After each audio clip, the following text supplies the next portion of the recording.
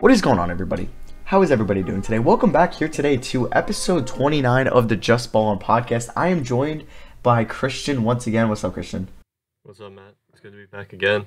Yeah, I'm excited. We're doing another redraft. We're doing the 2017 redraft. So in the last pod, we did 2018, and today we're doing 2017. We're going to go back and forth like a fantasy draft.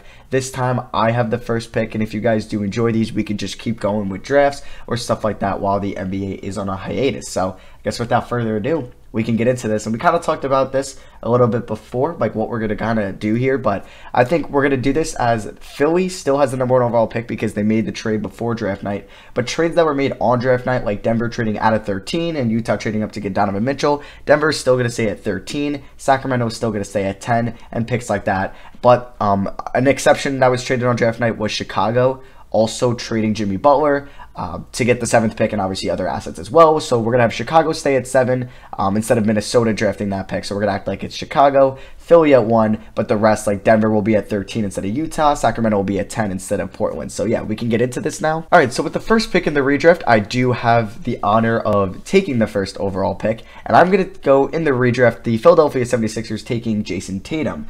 Now, before this season, you would have probably said Donovan Mitchell, but Jason Tatum has taken such a leap as a two-way star. He was an all-star this year. He might be all-NBA. He's a top 5 team in the Eastern Conference and might be the best player on his team currently. He might be having a better season than Kemba. I think that is up for debate. And I think just his length, his versatility, it's a scoring wing, and those are very valuable in the NBA, especially scoring wings that can play defense and that are efficient. And I think Tatum is...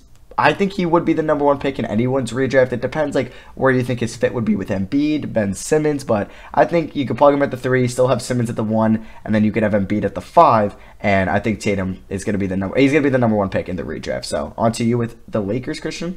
So with the second pick, the Lakers in the redraft are going to be taking Donovan Mitchell, who you talked about a little bit as coming into the season was probably number 1. Had a pretty good year this year. He didn't do anything wrong. It's just Tatum was so good that he bumped him down a spot. Mitchell's still a really good player on a really good Utah Jazz team. He just continues. He surprised everyone his first year. Now it's not a surprise. You know what he's going to do. He's just a great all-around player on a really good team, playoff team, and he'll continue to get better. Yeah, I agree. It was very hard to pick over Tatum above Mitchell. Maybe he's a little younger. I think he still has a higher ceiling than Mitchell.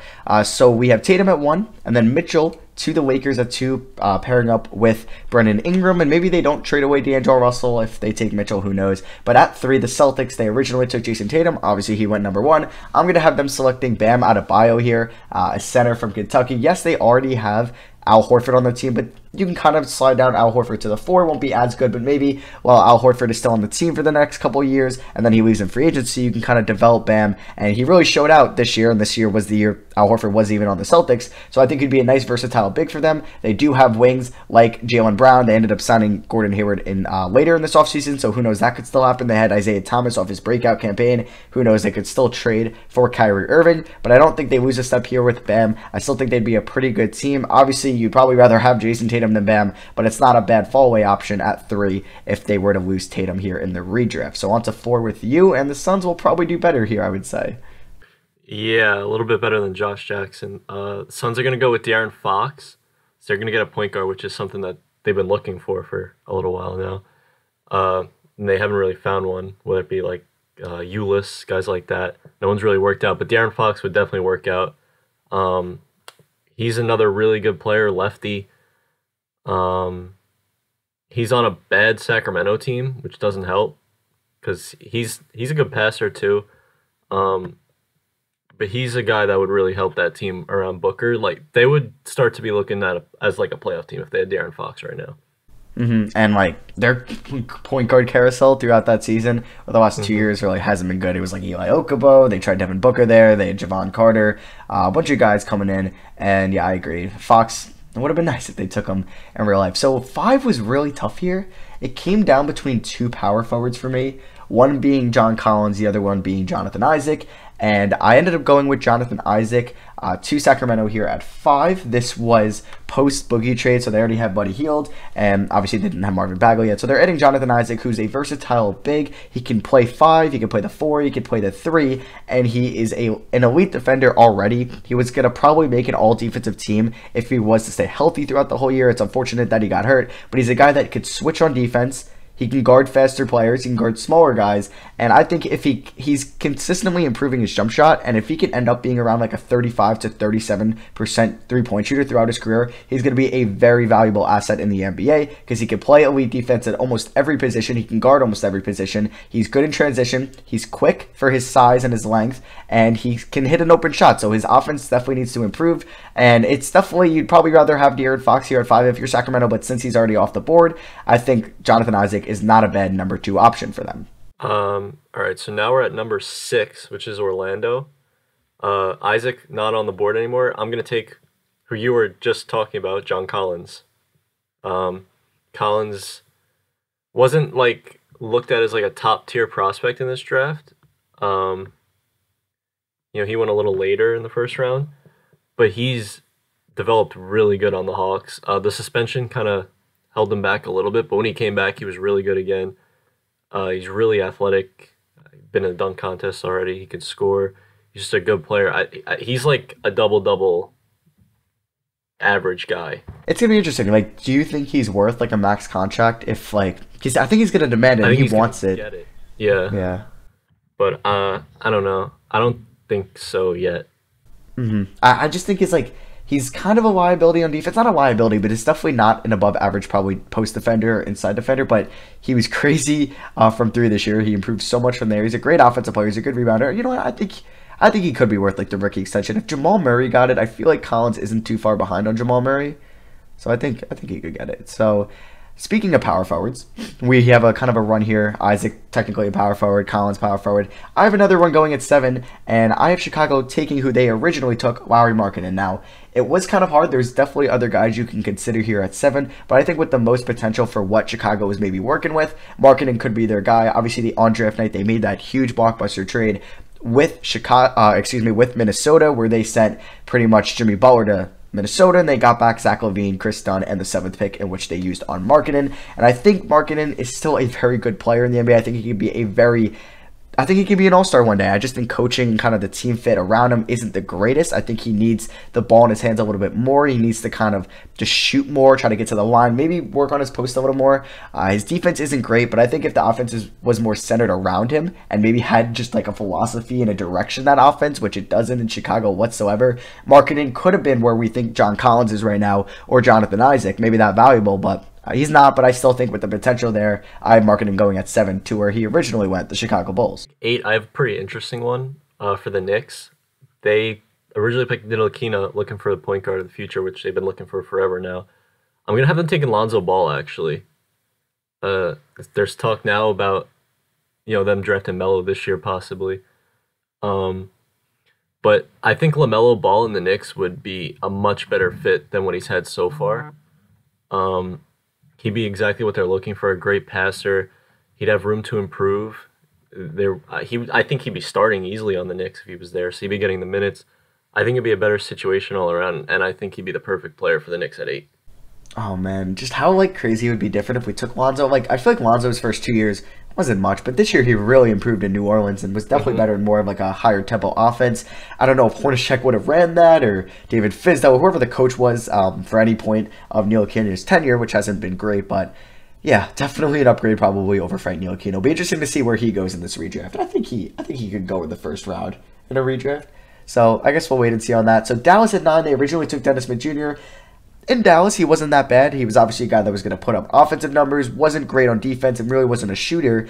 But then when he got traded to New York, it went downhill for him there. But at 9, I'm going to have the Dallas Mavericks taking OG Anunoby, who originally went 23rd to the Raptors, wing out of Indiana, a stellar defender, one of the more underrated perimeter defenders or one-on-one defenders in the NBA. He's a good three-point shooter. He's just an efficient. I think you can plug and play him on any role, or on any role on a good NBA team. He's basically your 3-and-D guy. He's not going to demand the ball a ton. He's going to play elite defense. He's going to run in transition. If he's in the corner and you say your primary players, let's say Russell Westbrook or James Harden or Kyrie Irving, they drive, draw some attention, you can kick it out to OG Anunoby and you can trust them to hit an open shot. And I think with Dallas, obviously, they weren't great in the 2017-18 season, which led them get Luka Doncic in the 2018 draft. So I still think that could happen with OG Anunoby, and I think it would be a very nice complementary piece to Luka. Obviously, we don't know if the Kristaps trade would happen, but yeah, that is my 9th pick. Dallas taking OG Anunoby here in the redraft. 10, the Sacramento Kings are up now. They took Collins and obviously traded him. I'm going to have them taking Luke Kennard, a guy who I think has flown up the redraft board this year with the season that he just had for the Pistons. Had a little bit of injuries, but overall he really he was just, his first couple of years, he wasn't awful, but he was nothing special. And now this year, he became a starter for Detroit, and he was a really good 3-point shooter. Improved his efficiency. I mean, he just took a step forward. I think he's gonna be like on a good team, he could be like a really nice, like, rotational piece. A guy, he's going to shoot good for, like, a Danny Green type, maybe. Yeah, I definitely agree with that. And I think Sacramento could definitely use his shooting and maybe run him at point a little bit. Like, obviously, they kind of had a point guard hole, or they brought in guys like Corey Joseph, like Darren Collison over time, and who knows who would have been their point guard still if they didn't take De'Aaron Fox with the 5th pick originally. They got like a Luke Kennard, and they already had Buddy Hield. So I think Luke Kennard could be like a nice little combo guard for them. He's a good shooter, obviously, we know about that. His defense isn't spectacular, but he's a very good offensive playmaker, and I like Luke Kennard there. And I think he deserves to go top 10 or have top 10 consideration in a redraft.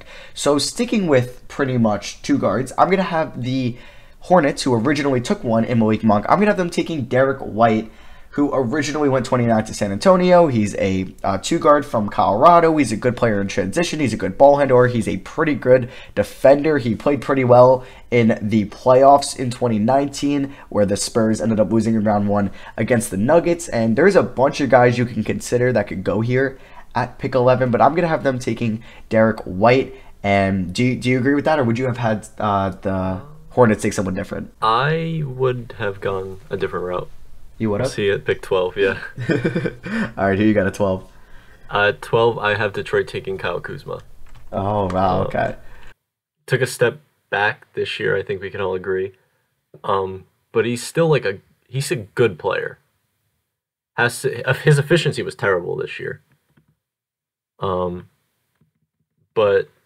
overall, he's still a good. I mean, this year he averaged 12.5 points, which still isn't bad. I mean, especially at this point in the draft, we're starting to see a drop off in players. I think he is a player that could be really helpful to a winning team, as either like the 6th man or a guy who can chip in and score the ball. He's not going to do much besides that, but he can score. Mm-hmm. Let me actually so Kyle Kuzma, do you ever see him as a starter on a good to championship team? I think he can be, but not what he's being asked to do for the Lakers. Like early, he was one of the top 3 scoring guys on the team. I think he can be a starter on a good team, though. I see. I think he can be too, but I think it's for a specific role, because Kyle Kuzma, he's a good shooter, he's a good offensive player, but he kind of needs the ball in his hands. He needs to create. He's not really great off ball. He's not really a great spot up shooter. He's okay, but his defense isn't great either. So it's on a championship team, I don't think he's ever going to develop. I don't think his ceiling is high enough where he could be a 1, 2, or maybe even a 3 on a championship team. Maybe technically he could be the 3 on the Lakers this year, but I feel like when you have AD and LeBron ahead of you, you could be the 3, whoever you want, and you can still go to the chip. But if he's your 4 or 5 on the championship team, I kind of would maybe rather have a Derek White in that role, just because he can play defense, he can kind of go off ball a little bit, he can maybe hit the spot up 3, just as good as Kyle Kuzma. So I think it really kind of finds what niche you want him to be. And I mean, I guess if you're Detroit, you're kind of looking for potential here, or Charlotte. I guess I took White over Kuzma, and another team that I think right away Kuzma probably would have helped them over Derek White. And maybe Derek White is just as good as he is right now is because of the coaching around him. And obviously playing in San Antonio, they have one of the best player development staffs. And it's a little bit different from what the Lakers had. So, yeah, no, I could definitely get on behind Kuzma over White. So, on to pick 13 here. Probably a player that I definitely considered taking at 11 to Charlotte. But, he fell a little bit to 13 here. And I think Denver, they already have their center, obviously, for the future in Nikola Jokic, but I think they're still trying to get good value here. And I think they're going to end up taking a backup here, even though he's very good still, and that is Jarrett Allen, who went 22nd to the Brooklyn Nets, and he ended up being a very solid late first-round pick for them so far. He's a good rebounder. He's a good rim protector. He's a really good shot blocker, and I think he would be a nice backup for them. Obviously, maybe they'll still have Mason Plumlee, and they would have to go on from there. Not the greatest or the biggest positional need for the Nuggets here. Obviously, if they got Donovan Mitchell originally, that would have been great. But I'm going to have Jarrett Allen going 13th to the Nuggets, not because they need him desperately. It's just because I think the value is just so good here at 13. At 14, I have another pretty good value player. The Heat took Bam Adebayo, so they were looking for a big in the draft. I'm going to have them going Thomas Bryant, who went second round originally out of Indiana. But he's turned into a really good player for the Wizards. Another guy that, like, obviously, you're not drafting him or having him on your team to lead your offense, but he's a good player. This year he averaged over 12 a game. He did get hurt though, but he's developing nicely. I think he's gonna be like he could be a really good bench player, like one of the better bench bigs in the league. Yeah, I think so as well. And if he's like, I don't know, I don't remember who their starting center was, I guess, at this time. I don't even know who their starting center was 3 years ago off the top of my head. But yeah, probably like an immediate upgrade as well. And he was technically drafted by the Lakers, right? And he was traded in like a salary dump or something like that. Yeah, I can remember correctly. I think he was. He was drafted by Utah. Or Utah, and then he might have been, I don't know, I feel like he was on the Lakers at one point.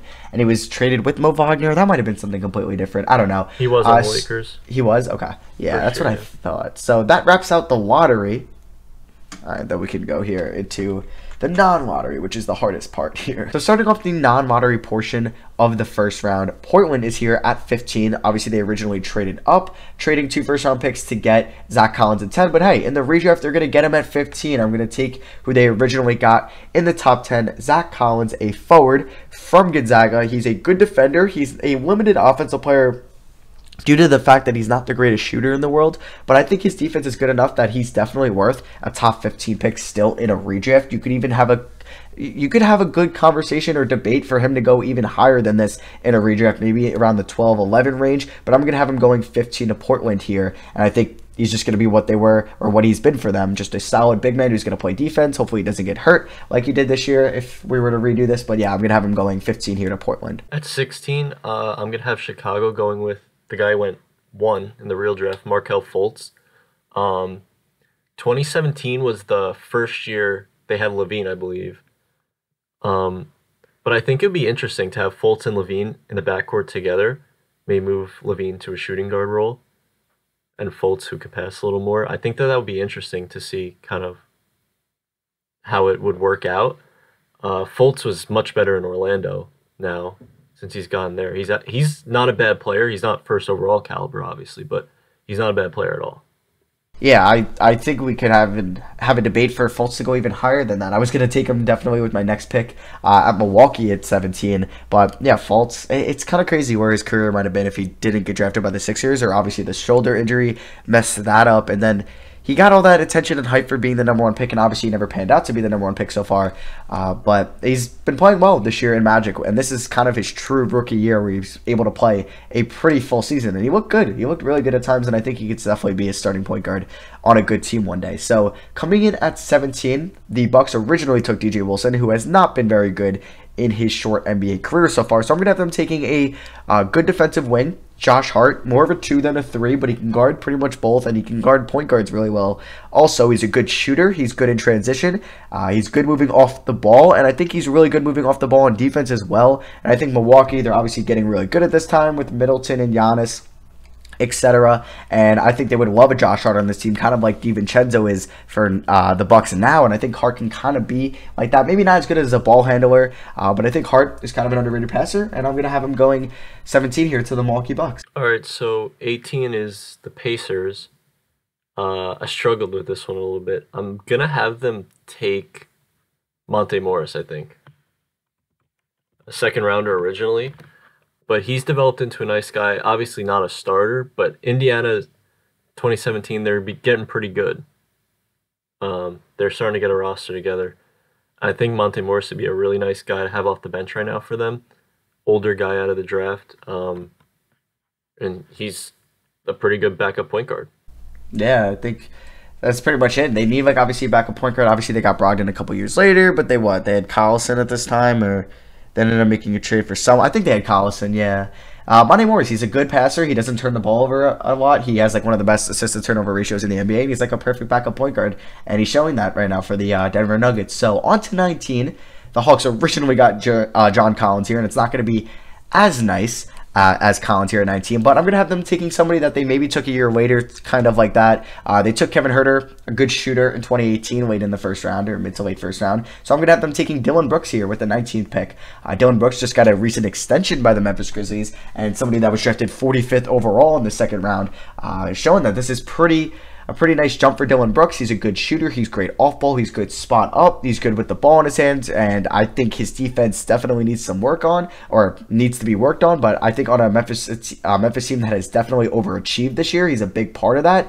I would say he's probably a top 5 most important player on that team. If you have Morant, Triple J, Valanciunas, and then I would say he's in there along with like Jay Crowder, DeAnthony Melton, guys like that. And he's very important. I think he could end up being a very longevity of a rotational player in the NBA. I think he can play for a long time and have a long NBA career if he's just going to have that specific role. A good shooter. I don't know if he'll ever be a starter or a top 3 option on a good team, or even a top 4 option, or even a top 5 option, but I definitely think he could be a valuable rotational player in the NBA. So that brings us to the 20th pick, which is Portland. I'm going to have Portland taking Ntilikina here, I think. I think it's a place that would be a little easier for him instead of New York. He's not going to come in and be expected to be the starting point guard and score. Obviously, they have Lillard. So he can kind of just like come in and be a defensive force, which is what he is. He's a great defender, about as good as it gets on the perimeter.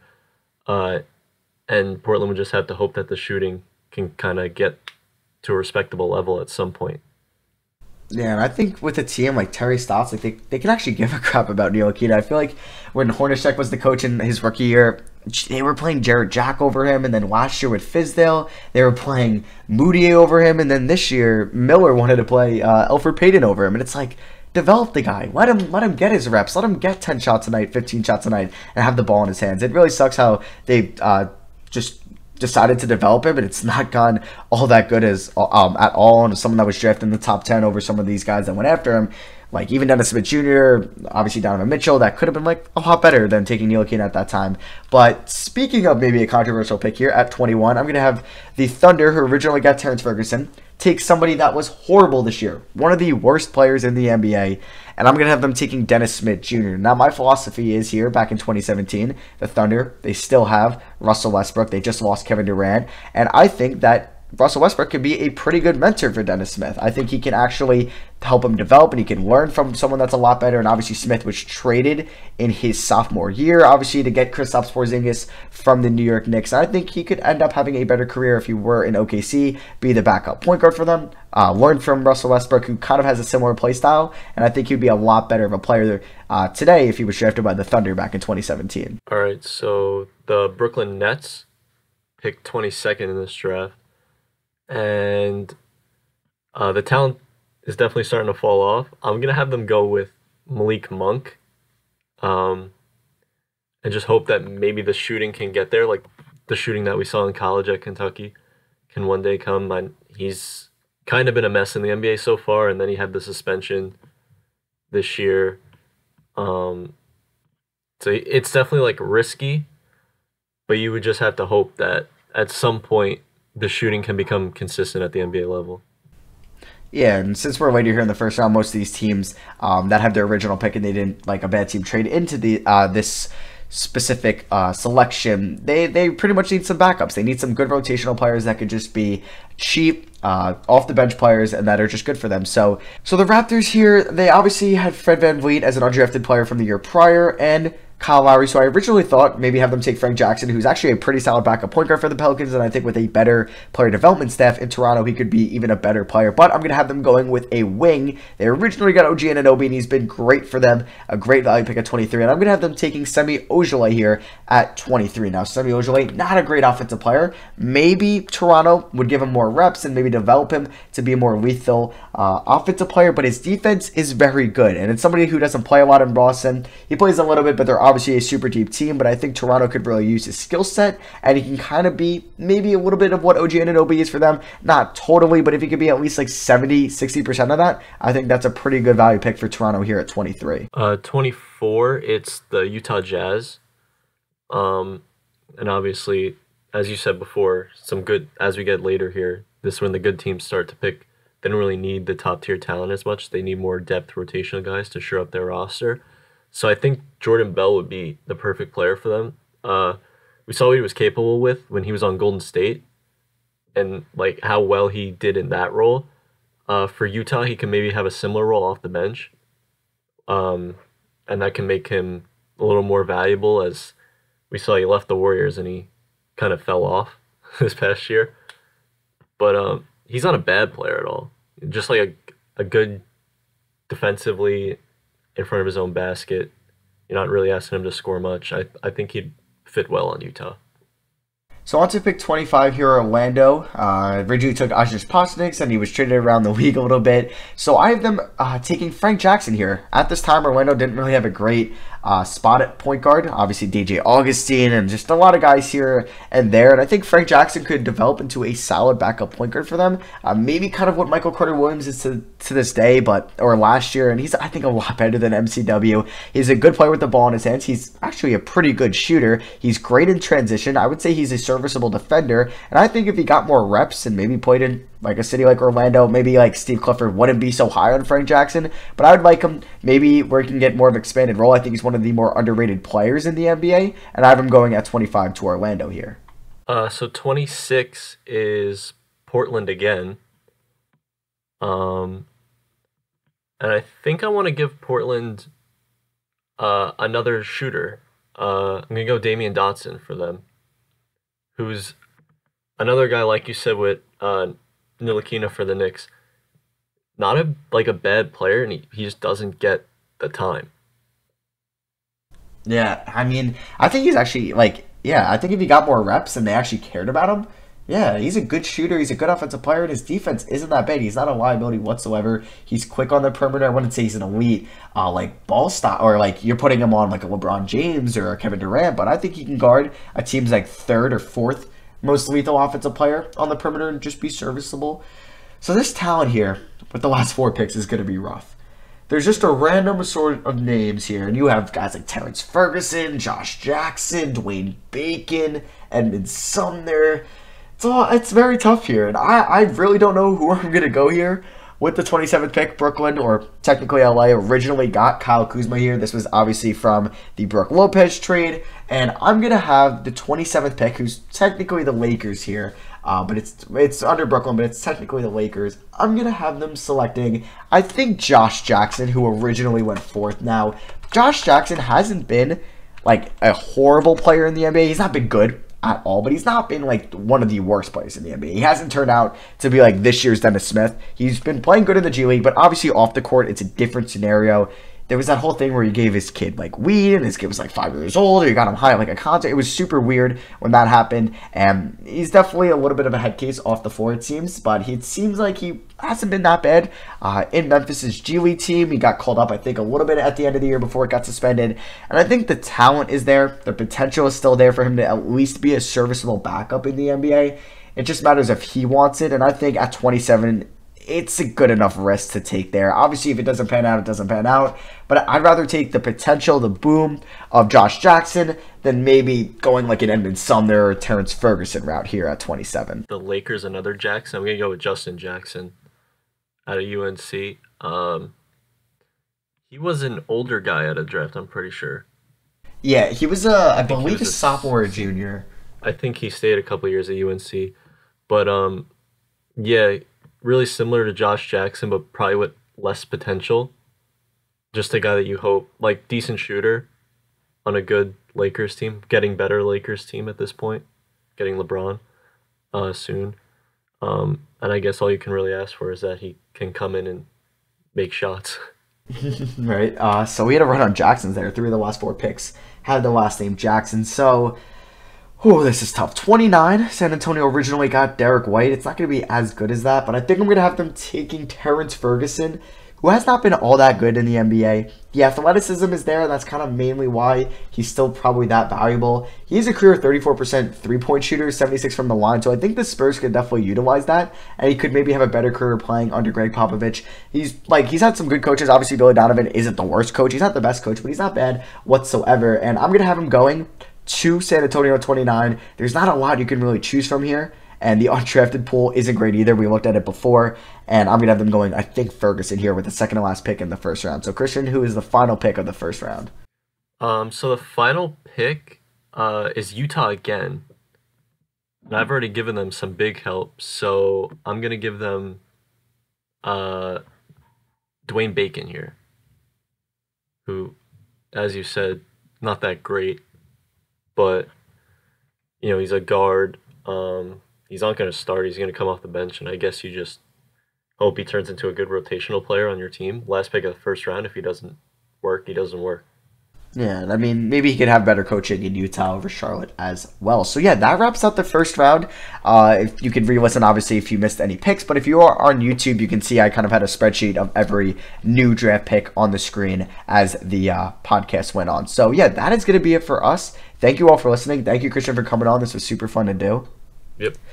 So, yeah, that was the 2017 redraft. If you guys like these, you can let me know on Twitter, or you could just write maybe a comment on YouTube or a review on Apple Pod. So, yeah, if you're listening on any of those devices or any of those platforms, I should say, thank you, and we'll see you guys in episode 30. Peace.